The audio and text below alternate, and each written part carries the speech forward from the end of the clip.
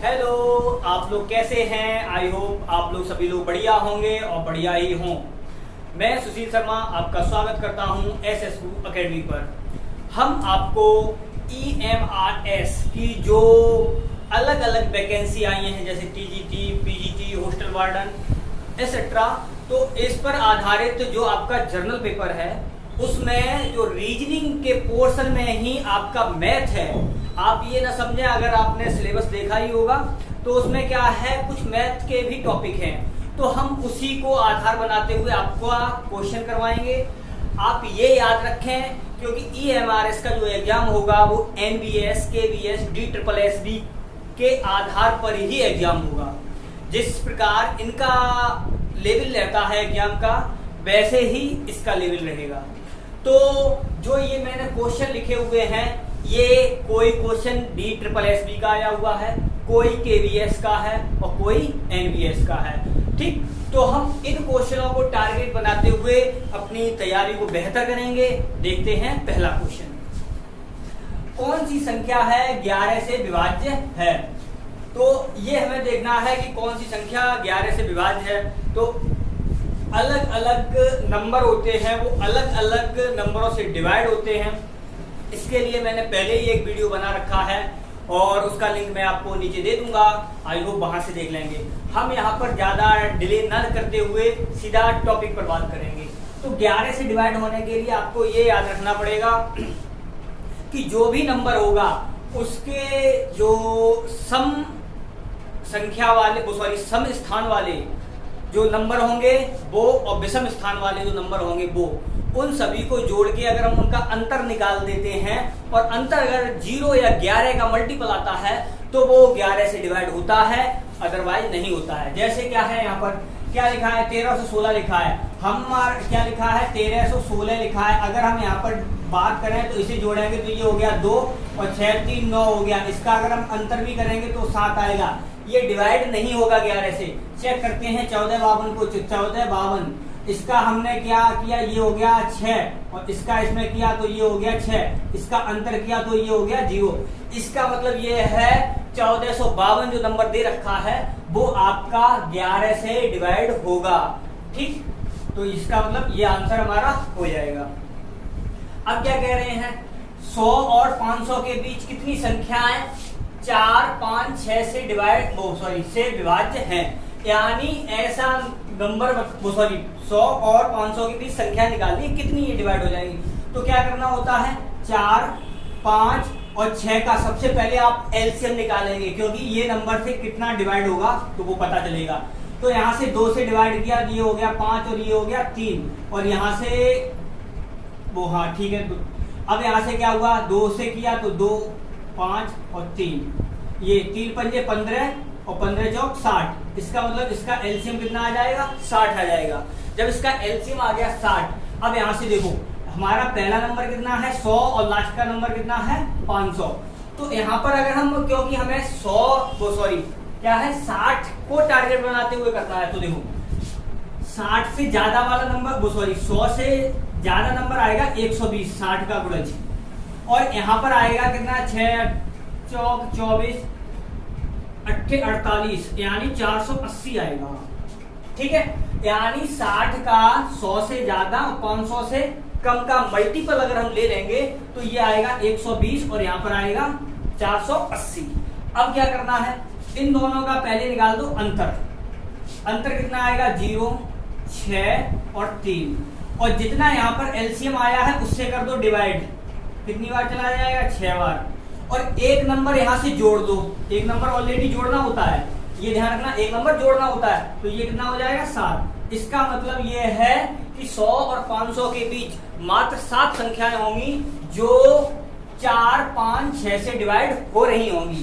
तो इसका मतलब हमारा थर्ड वाला ऑप्शन सही हो जाएगा।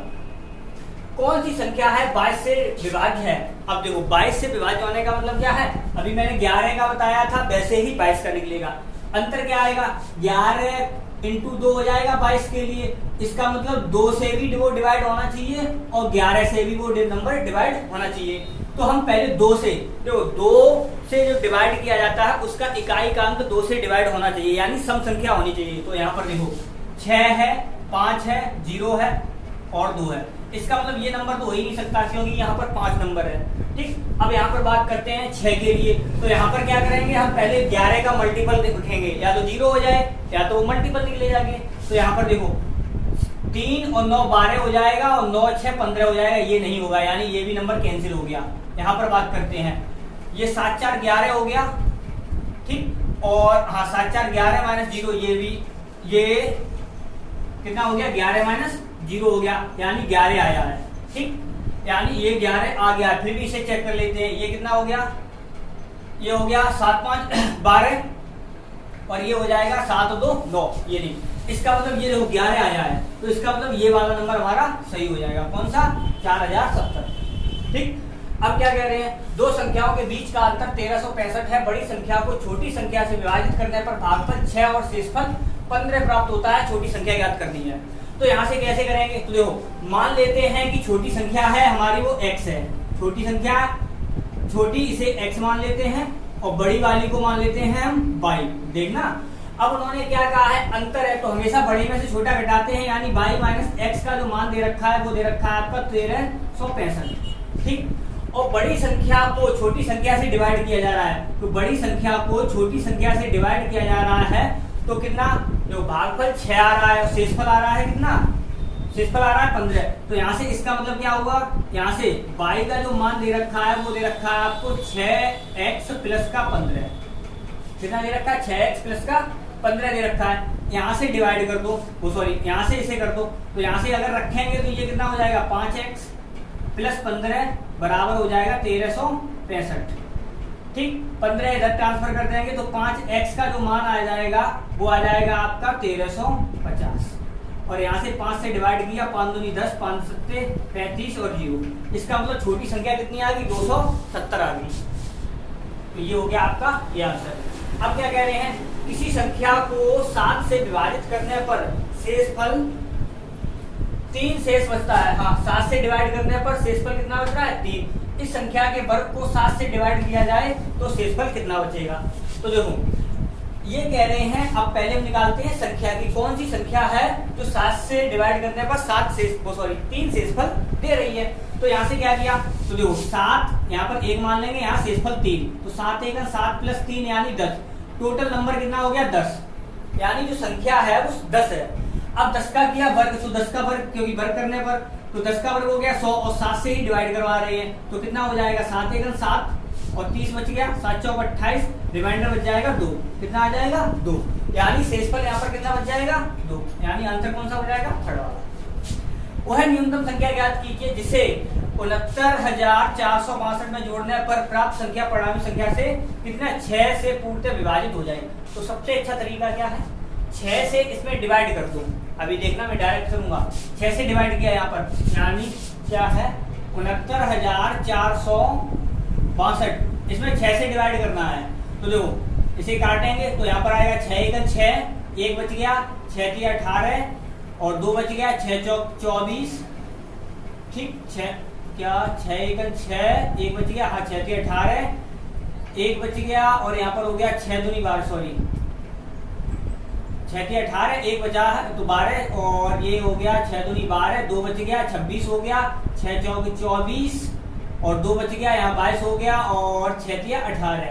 यहाँ पर शेष बचेगा जाके कितना, 4। इसका मतलब ये है कि शेष बचेगा जाके 4 और हमें 6 से डिवाइड करना है, 6 से डिवाइड करना है। तो हम 4 में कितना जोड़ दें जो 6 हो जाए, क्योंकि तभी तो पूर्णतः वो डिवाइड हो जाएगा उससे। तो हमें क्या करना पड़ेगा, यहाँ पर 2 जोड़ना पड़ेगा, तो 2 जोड़ना पड़ेगा, इसीलिए ये 6 से फिर मल्टीपल इसका बन जाएगा, इसलिए कितना जोड़ना पड़ेगा, 2 जोड़ना पड़ेगा, इसलिए ये आपका फर्स्ट वाला आंसर हो जाएगा। अब क्या कह रहे हैं, 4 अंकों की बड़ी से बड़ी संख्या ज्ञात कीजिए जो 253 से विभाज्य है। तो ये हम आपके लिए होमवर्क में दे रहे हैं, क्या करना है, जो 4 अंकों की सबसे बड़ी संख्या होती है वो होती है 4 बार 9। ठीक, ये हो गया। अब कितने से करवा रहे हैं, 253 से करवा रहे हैं ये भाग। जो यहाँ पर आ जाए, जो यहाँ पर आ जाए, जितना रिमाइंडर बचे वो रिमाइंडर घटा देना है, घटाने पर जो संख्या मिलेगी वो आपको, यानी जो रिमाइंडर बचे वो घटा देना है इसमें से, और वही वाला आंसर आपका बन जाएगा। आई होप आपको ये सेशन अच्छा लगा होगा। अगर अच्छा लगा है तो वीडियो को लाइक करें और चैनल पर नए आए हो तो चैनल को सब्सक्राइब कर लें। बाय।